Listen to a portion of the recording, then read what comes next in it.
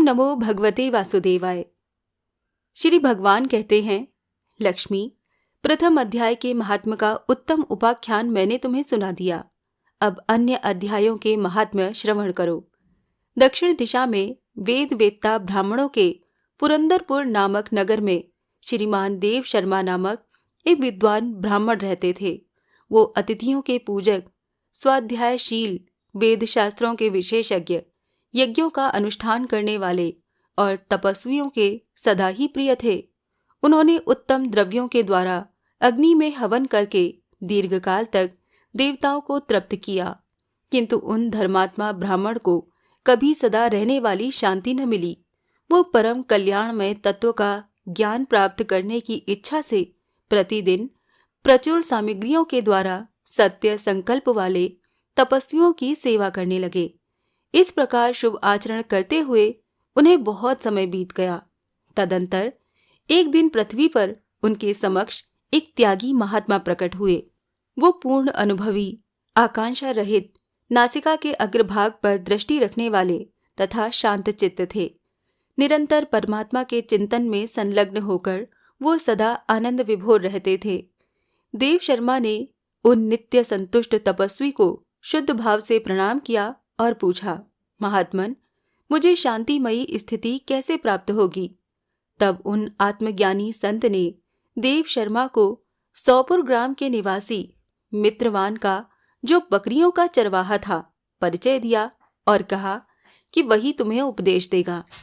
ये सुनकर देव शर्मा ने महात्मा के चरणों की वंदना की और समृद्धिशाली सौपुर ग्राम में पहुंचकर उसके उत्तर भाग में एक विशाल वन देखा। उसी वन में नदी के किनारे एक शिला पर मित्रवान बैठा था।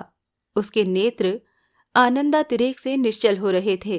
वो अपलक दृष्टि से देख रहा था। वो स्थान आपस का स्वाभाविक भय छोड़कर एकत्रित हुए परस्पर विरोधी जंतुओं से घिरा था। वहां उद्यान में मंद मंद वायु चल रही थी।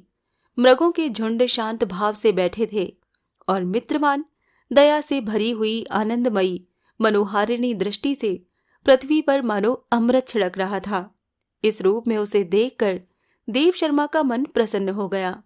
वो उत्सुक होकर बड़ी विनय के साथ मित्रवान के पास गए। मित्रवान ने भी अपने मस्तक को किंचित नवाकर देव शर्मा का सत्कार किया।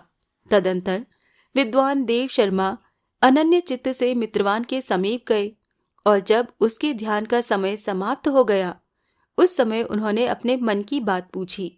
महाभाग, मैं आत्मा का ज्ञान प्राप्त करना चाहता हूँ।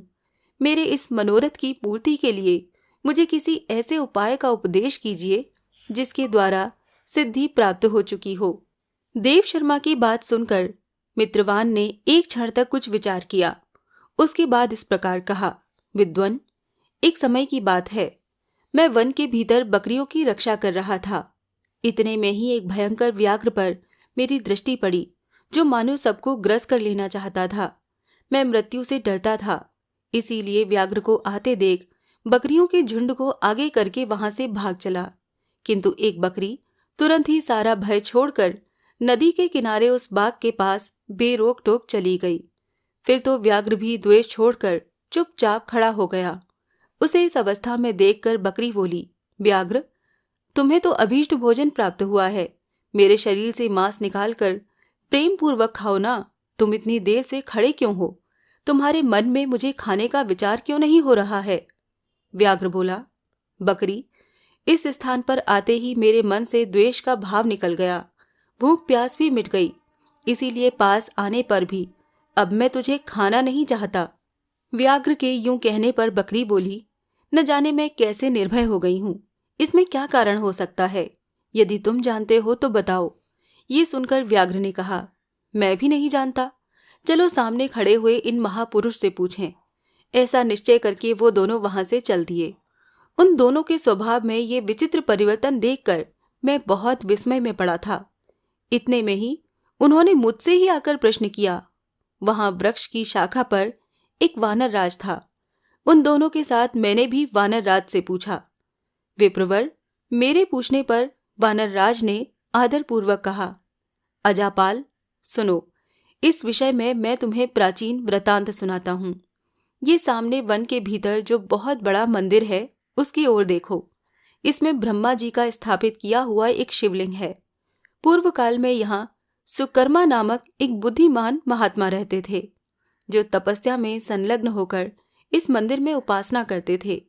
वो वन में से फूलों का संग्रह कर लाते और नदी के जल से पूजनीय भगवान शंकर को स्नान कराकर उन्हीं से उनकी पूजा किया करते थे। इस प्रकार आराधना का कार्य करते हुए सुकर्मा यहाँ निवास करते थे। बहुत समय के बाद उनके समीप किसी अतिथि का आगमन हुआ। सुकर्मा ने भोजन के लिए फल लाकर अतिथि को अर्पण किया और कहा, विद्वन, मैं केवल तत्व ज्ञान की इच्छा से भगवान शंकर की आराधना करता हूँ। आज इस आराधना का फल परिपक्व होकर मुझे मिल गया, क्योंकि इस समय आप जैसे महापुरुष ने मुझ पर अनुग्रह किया है। सुकर्मा के ये मधुर वचन सुनकर तपस्या के धनी महात्मा अतिथि को बड़ी प्रसन्नता हुई। उन्होंने एक शिलाखंड पर गीता का दूसरा अध्याय लिख दिया और ब्राह्मण को उसके पाठ एवं अभ्यास के लिए आज्ञा देते हुए कहा, ब्राह्मण, इससे तुम्हारा आत्मज्ञान संबंधी मनोरथ अपने आप सफल हो जाएगा। यूं कहकर वो बुद्धिमान तपस्वी सुकर्मा के सामने ही उनके देखते देखते अंतर ध्यान हो गए।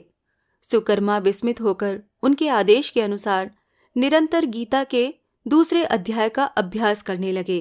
तदंतर दीर्घकाल के पश्चात अंतःकरण शुद्ध होकर उन्हें आत्मज्ञान की प्राप्ति हुई। फिर वो जहां जहां गए वहां का तपोवन शांत हो गया। उनमें शीत, उष्ण और राग द्वेष आदि की बाधाएं दूर हो गईं। इतना ही नहीं, उन स्थानों में भूख प्यास का कष्ट भी जाता रहा तथा भय का सर्वथा अभाव हो गया। ये सब द्वितीय अध्याय का जप करने वाले सुकर्मा ब्राह्मण की तपस्या का ही प्रभाव समझो। मित्रवान कहता है, वानर राज के यूं कहने पर मैं प्रसन्नता पूर्वक बकरी और बाघ के साथ उस मंदिर की ओर गया। वहां जाकर शिलाखंड पर लिखे हुए गीता के द्वितीय अध्याय को मैंने देखा और पढ़ा। उसी की आवृत्ति करने से मैंने तपस्या का पार पा लिया है। अतः भद्र पुरुष, तुम भी सदा द्वितीय अध्याय की ही आवृत्ति किया करो। ऐसा करने पर मुक्ति तुमसे दूर नहीं रहेगी। श्री भगवान कहते हैं, प्रिय, मित्रवान के इस प्रकार आदेश देने पर देव शर्मा ने उसका पूजन किया और उसे प्रणाम करके पुरंदरपुर की राह ली। वहां किसी देवालय में पूर्वोक्त आत्मज्ञानी महात्मा को पाकर उन्होंने ये सारा वृतांत निवेदन किया और सबसे पहले उन्हीं से द्वितीय अध्याय को पढ़ा। उनसे उपदेश पाकर शुद्ध अंतःकरण वाले देव शर्मा प्रतिदिन बड़ी श्रद्धा के साथ द्वितीय अध्याय का पाठ करने लगे। तब से उन्होंने अनवद्य परम पद को प्राप्त कर लिया। लक्ष्मी, ये द्वितीय अध्याय का उपाख्यान कहा गया है।